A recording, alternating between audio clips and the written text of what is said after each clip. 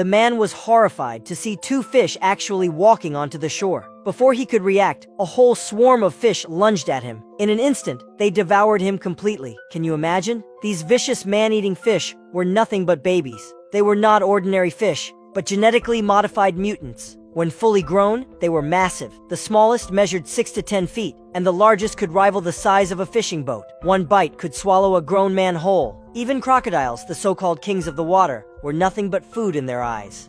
A fisherman named John had no idea about the danger lurking underwater, ready to pull in his net, when a buoy was suddenly yanked underwater. Thinking he had caught something, he felt a moment of excitement, but the next second, a powerful force dragged him straight into the water. When he struggled back to the surface, his entire right arm was gone. He tried desperately to climb back onto the boat, but that same force pulled him under again. Blood bubbled up to the surface, and soon, only the small fishing boat remained. Not long after, police received a report. Someone had found John's mutilated body by the riverbank. The sheriff suspected a crocodile attack, but Sam, the medical examiner, noticed that the bite marks did not match a crocodile's. To uncover the truth, Sam decided to bring along Mary, a biologist, and head to the scene for investigation. On the way, Mary studied the photos Sam gave her, and also believed it wasn't a crocodile. Since the location was far from the ocean, it couldn't have been a shark either. What kind of creature could cause such horrific wounds to a human? With this question in mind, they continued forward. While moving along, Mary suddenly spotted something. It was a crocodile, lying motionless on the shore. Gathering her courage, she poked it gently with an oar, only to realize it was stone-cold dead, and only its head remained. She guessed it might have been struck by a fishing boat's propeller, but Sam disagreed. There was no boat that large in this river. The mystery deepened. Following the river downstream, they soon encountered an elderly fisherman named Elmer, who caught catfish by hand. Through conversation, they learned Elmer had been John's neighbor. Sam decided to visit John's house to see if they could find any clues. Once Elmer knew who they were, he took them to his small riverside community, a cluster of floating stilt houses. There, they met John's wife Gloria and his daughter Eliza, along with Eliza's quasi-boyfriend Dan. Gloria said everything had been normal until a few months ago when a violent storm hit. Afterward, fishermen upstream spotted a strange fishing boat. Since then, the river had been plagued with strange events. Fish that once filled the waters vanished overnight, and then her husband's accident happened. Could all this be related to that mysterious boat? Sam decided they had to check it out immediately. Elmer ferried them to the location. The fishermen had never dared to board the strange vessel, thinking it was cursed, but Sam and Mary climbed aboard without hesitation. The moment they opened the cabin door, the stench of rotting flesh rushed out. Using the camera's flash, they discovered several badly decomposed bodies inside. Mary rushed out to vomit, but Sam found something. A strange fish scale, larger than anything Mary had ever seen. Elmer urged them to leave quickly, but as Mary stepped onto the fishing boat, Elmer slipped and fell into the water. A massive shadow moved beneath the surface, unseen by all three. Just as Sam reached out to pull Elmer up, he was dragged under by an unseen predator. When Sam turned with his gun ready, Elmer was already gone. Blood spread across the river, and in shock, Sam and Mary sped away from the scene. Unbeknownst to them, they had triggered a homing signal on the boat. This signal was picked up by a wealthy hunter named Jeff. It turned out that the monsters in these waters were genetically engineered giant snakeheads, or Frankenfish. They had been illegally bred and released by Jeff for the ultimate hunting thrill. Jeff and his team of hunters were now heading toward the swamp, following the signal. Back at the floating house, they immediately told everyone about Elmer being eaten by some kind of creature. Although they hadn't seen it clearly, they were almost certain it was the same thing that had killed John and eaten the crocodile. For safety's sake, Sam suggested they leave and alert the police.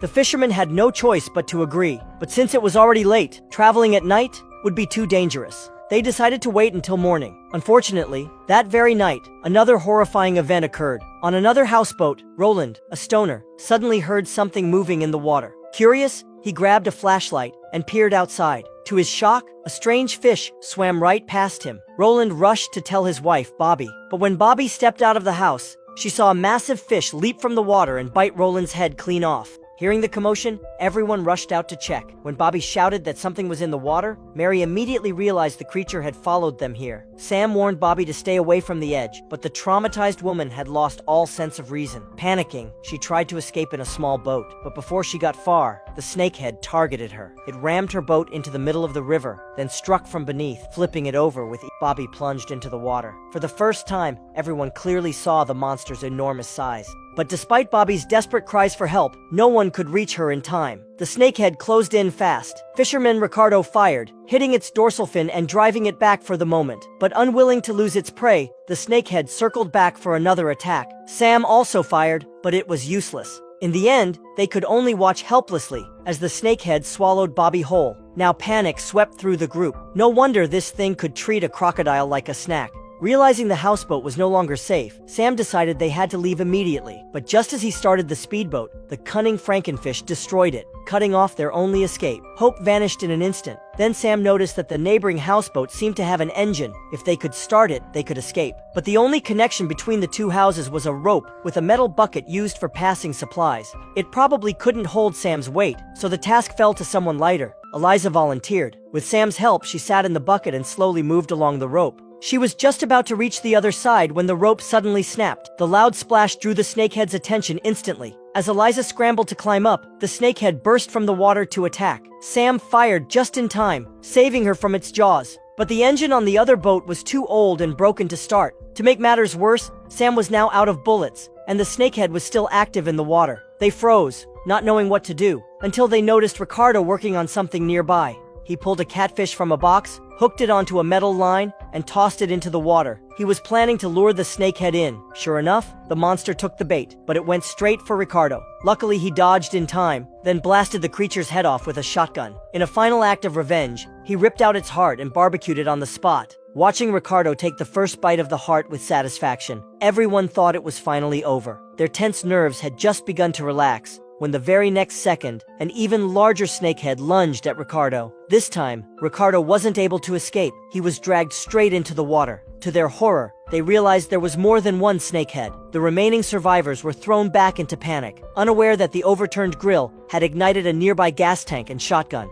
By the time Mary noticed something was wrong, the shotgun, heated by the flames, suddenly went off. The bullet struck Mary in the head, killing her instantly. Before anyone could react, the gas tank shot upward like a rocket and landed right on Eliza's houseboat. On the roof, Eliza sensed something was wrong, but before she could move, the room beneath her caught fire. Then the gas tank exploded. The blast wave threw Eliza into the water, and Sam dove in without hesitation to save her. But as he dragged her back, a snakehead charged toward them at full speed. To buy Sam time, Eliza's mother, Gloria, slashed her palm with a knife and held it in the water to lure the creature away. The blood worked. Sam seized the chance to pull Eliza to safety, but Gloria was now in grave danger. The snakehead leapt onto the houseboat. Even though Dan grabbed her arm and tried to pull her up, the creature caught her and bit off her lower body in one snap. Watching her mother sacrifice herself, Eliza was overcome with grief. Now, only 3 of them were left alive. For safety, Sam pulled Eliza up onto the roof, but the snakehead wasn't ready to give up. It began ramming the houseboat again and again, trying to destroy their last refuge.